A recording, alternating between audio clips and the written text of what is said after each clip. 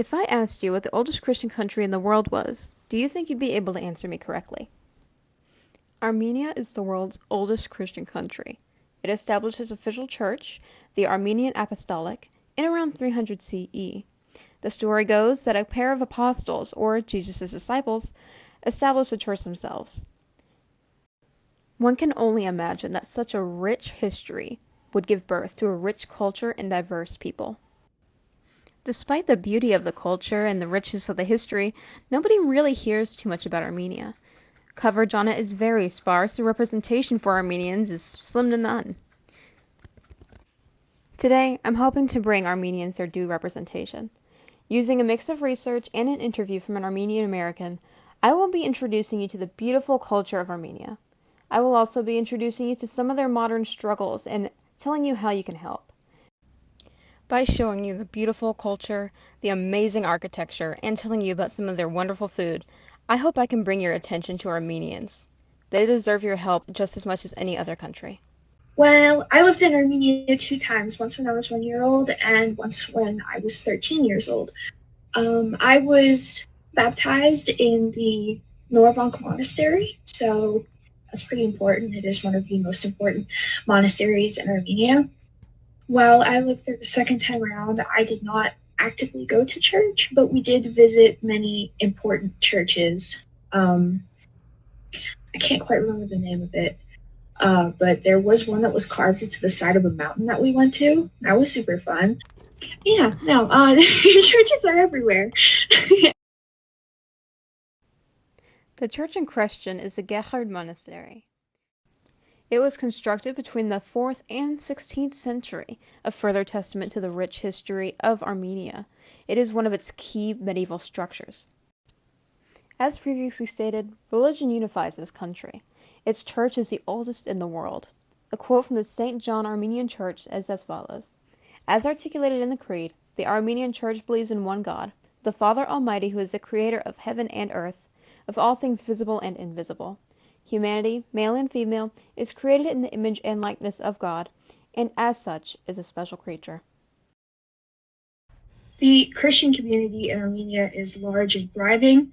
Um, because of how long we've been an established Christian country, most of the population of Armenia is some form of Christian, even if they're not specifically Armenian Apostolic. So Easter celebrations tend to be just basically countrywide. That's one of the big ones, especially because it is Christian. Most everyone does Lent, to the point that many restaurants will have vegetarian options on the menu, just a separate Lent menu in case you want to go out and it happens to be Lent.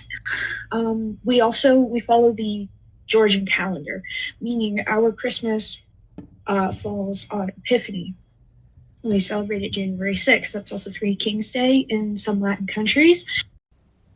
But what about outside of the country? There are Armenians all over the world who take pride in their identity, our interviewee, of course, being one of them. Outside of interview, they elaborated on their identity, stating that they struggled to feel Armenian enough. "People don't often recognize me as Armenian," they stated. "My mother is Armenian and my dad's genes fought and won. The fact that I don't look Armenian has, to a degree, affected my ability to connect with others." Despite this adversity, Cass keeps ties with their ethnic identity in any way they can. Where the community is sparse, traditions and foods are what can keep people close and remind them of home. Cass's personal favorite is korvats, Armenian barbecue. In Armenia, the meat is grilled with the belief that and feeling that life is good, especially after Soviet times when getting meat good enough to grill was a rarity. The meal is a celebration and really delicious. I stay close to Armenia. Through food. I love eating food that reminds me of Armenia. It reminds me of my Armenian culture. Um, I talk about Armenia a lot. I think I annoy people occasionally by how often I talk about Armenia. No, there's just, like I had said previously, there is an underrepresentation of Armenia here, so there is not really an active Armenian community for me to connect with. So it's mostly just a lot of reminiscing and eating delicious food, both of which are fun activities but doesn't exactly replace the experience. Regardless of how one manages to keep in touch, Representation can often be key to feeling connected. Communities are brought together and dreams realized by proper representation in TV and film, and is properly given and awareness brought to needing communities by focused news coverage. Children grow dreams out of seeing themselves on the big screen. Armenians have scarce representation. I challenge anybody in the room off the top of their head to name a single Armenian TV show character. What if I asked you to name a celebrity? The truth is that representation can mean the world for a lot of different people. When you feel you can see and recognize yourself, you feel identified. You can connect with people who feel the same way. Having a community visualized and talked about can often comfort those within it. As an Armenian, I don't think we're represented at all. Thanks for asking.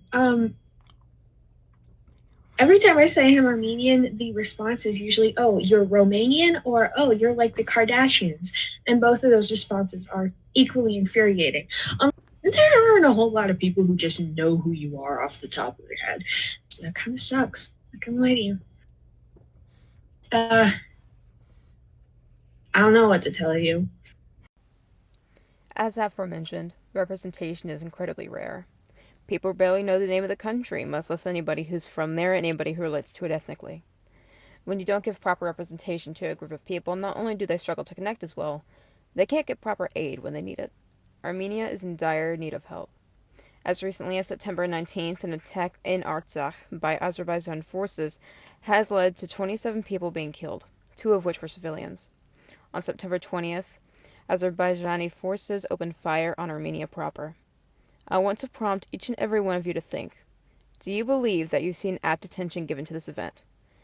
Many Armenians are calling this a repeat of the 1915 Armenian genocide, and yet I've seen barely any news coverage on it. For something that people are calling a repeat of a 1915 genocide, do you think that this is being represented well enough? Armenians are not at all properly represented through coverage in media. There is a genocide currently occurring in Artsakh or Nagorno-Karabakh, compared whichever term you want to use, being committed by the Azeris, and there is barely any international attention, and the attention that it is getting is usually excuses for Azerbaijan.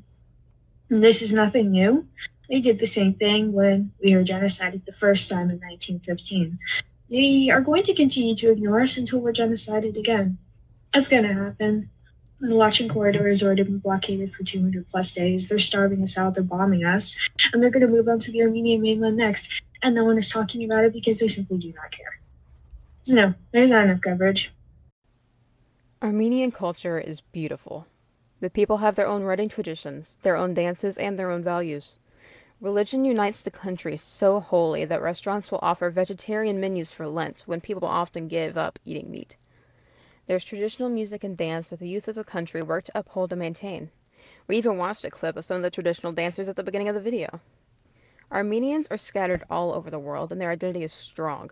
They are determined, and at times like these, they stay strong and certain of their success. The young soldiers going to defend the country insist that they will not have a repeat of the Armenian genocide. Their culture, their identity, and their country is all too important. Ոչ լույս ունենք, ոչ գազ ունենք, ոչ ջուր ունենք, ոչ էլ հաց ունենք։ Լավա։ Չարմունքա, ոչինչ, սաղ ենք։ Սաղ ենք։ Because if I don't think of it as something possible, I will never give in. And that's the mindset of every single Karabachi who lives here. That's why we're still here, even though they're attacking, even though they want to kill us, but we're gonna stay here. Every group of people deserves to exist. The threat of ethnic cleansing in Armenia is real once again, and the people are in dire need of help. Despite that, there's barely any widespread news coverage on the issue. Where there is a void in the media, you have the opportunity to research for yourself and help on your own. What the media shows you can only go so far. In the past few years, people have become more aware of media bias. The push to be self-aware and to research for yourself is large and has become increasingly prevalent. I urge you to do the same now. As a cultures class, we have an obligation to help protect cultures and give attention to people in need. Azerbaijan has more trade value than Artsakh or Armenia. They export oil. Most news outlets that give this coverage, including outlets such as the BBC, will therefore present this as an equal attack by both sides. That is not what this is. If Azerbaijan stops fighting, there will be peace. If Artsakh stops fighting, there will be genocide. Armenian culture is at risk. Their oldest monastery is at risk of being destroyed. A community is at risk of being broken apart. And, most importantly, a group of people are being forced from their homes and facing the threat of genocide. I implore you to do your research and to help Armenia.